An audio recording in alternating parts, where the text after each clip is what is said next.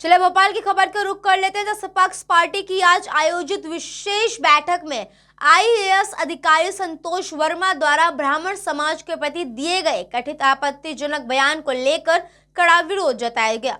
बैठक में पार्टी पदाधिकारियों ने स्पष्ट कहा है कि जब तक अधिकारी के खिलाफ एफआईआर दर्ज कर उनकी गिरफ्तारी नहीं की जाती तब तक संगठन अपना संघर्ष और भी तेज करेगा। राष्ट्रीय अध्यक्ष वीणा गाडेकर ने बैठक में कहा कि यदि शासन आरोपी अधिकारी पर कार्रवाई नहीं करता तो हम प्रदेश भर में उग्र आंदोलन के लिए बाध्य होंगे। सपक्ष पदाधिकारियों ने चेतावनी दी है कि यदि 3 दिनों के भीतर सरकार कोई भी निर्णय नहीं लेती है तो ब्राह्मण समाज, सपक्ष परिवार और विभिन्न सामाजिक संगठनों को साथ लेकर राजधानी से लेकर सभी जिलों में विरोध प्रदर्शन शुरू किए जाएंगे। सपक्ष नेता सुरेश शुक्ला ने भी मुख्यमंत्री को ज्ञापन भेजा जिसमें कहा गया है कि मामले की गंभीरता से लेते हुए तुरंत कार्रवाई की जाए, अन्यथा बड़ा जन आंदोलन खड़ा होगा। इस खास खबर के लिए भोपाल से संवाददाता एमजी सरवर की खास रिपोर्ट।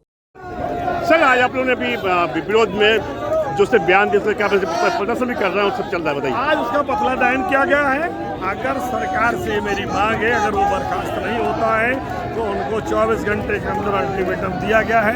इतना बड़ा आंदोलन होगा जिसको सरकार को संभालने में बड़ी दिक्कत आएगी।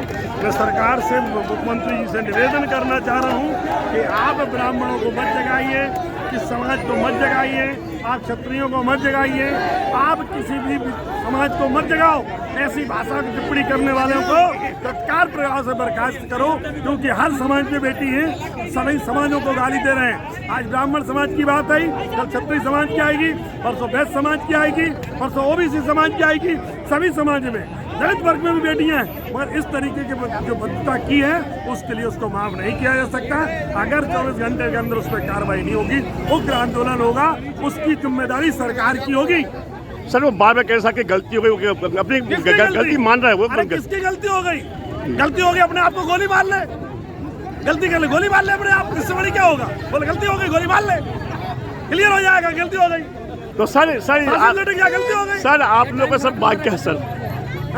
अब आप लोग का अब क्या, अभी तो पता चल गया, आप क्या करोगे आगे सर? कुछ नहीं, आज देखते हैं, नहीं तो कल आंदोलन होगा, कल रणनीति बनाऊंगा, पूरे प्रदेश में आंदोलन करूंगा, पूरे देश में आंदोलन करूंगा। जी। ये बेटियों की सम्मान की बात है, माँ बेटियों की सम्मान की बात है। सर। और ऐसे आदमी को सरकार पाल रही है जो साला सबसे कमीन आदमी है, फर्जी आदमी है, और फर्जी आदमी को सरकार अगर नौकरी में रख रही है, ये क्या मतलब इसका देश? जी। ऐसे लोगों को रखना नहीं चाहिए। जो आज 6 महीने जेल में रहा है उसकी कोई जाती है सर? मैं शासन, प्रशासन और मीडिया से आग्रह करता हूं कि संतोष वर्मा से ये पूछा जाए कि उसने जो बात कही है वो प्रशासनिक अधिकारी के रूप में कही है या अपक्ष के पदाधिकारी के रूप में कही है या व्यक्तिगत रूप में कही है। ये तीनों में से वो प्रश्न का जवाब दे। मीडिया से आग्रह है, शासन प्रशासन के जिम्मेदारों से आग्रह है, क्योंकि अगर व्यक्तिगत रूप से कही है तो उसने मानव अधिकार आयोग का हनन किया है, प्रशासनिक अधिकारी के रूप में कही है तो सेवा अधिनियमों का उल्लंघन किया है, और किसी संगठन के पदाधिकारी के रूप में किया है तो वो भी संगठन की मानहानि की है। इसलिए संतोष वर्मा अपराधी है। इन तीनों बात का जवाब दे और संतोष वर्मा को उचित सजा दे। ब्राह्मण समाज ने एक बहुत बड़ा कार्यक्रम किया, पुतला दहन किया विरोध के लिए। तो संख्या बहुत कम थी, 500 क्या पूरे 500 लोगों में सिर्फ आक्रोश है? देखिए, 500 लोगों को आक्रोश नहीं है।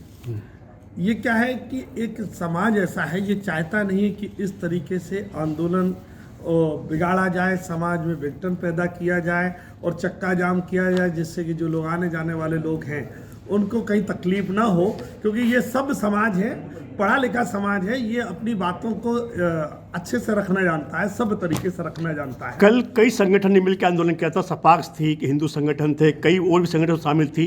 उसके बाद भी संख्या के नाम पे जो था 0.0 उसका कुछ नहीं था। देखिए, संख्या तो थी, लेकिन संख्या 500 करीब संख्या थी। इसमें क्या है कि इस तरीके से आह्वान नहीं किया गया था जिस तरीके से आप सोच रहे हो कि लोगों को आह्वान नहीं किया गया था आगे आना। आह्वान का मतलब ये होता है, फिर ये होता है सरकार ये कहती है कि आप जनता को भड़का रहे हो, जनता को उस तरीके से हमें भड़काने का काम नहीं कर रहे।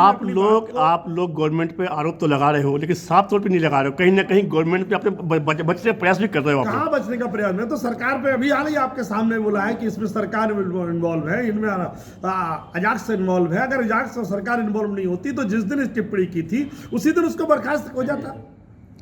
कहीं ना कहीं देखा जा रहा है कि सपाक्स एक राष्ट्रीय पार्टी होने बाद भी अगर संख्या नील है, कहीं ना कहीं आपको इस पर विचार करना चाहिए कि आपके अंदर कहाँ पे कमी है जो देखिए, संख्या नहीं बढ़ा पा रहा है। ये क्या है, हमारी संख्या बढ़ी हुई है, कई संख्याओं में कोई कमी नहीं है। सब लोग ये जानते हैं कि इसमें सरकार अगर चाहेगी तो ही होगा।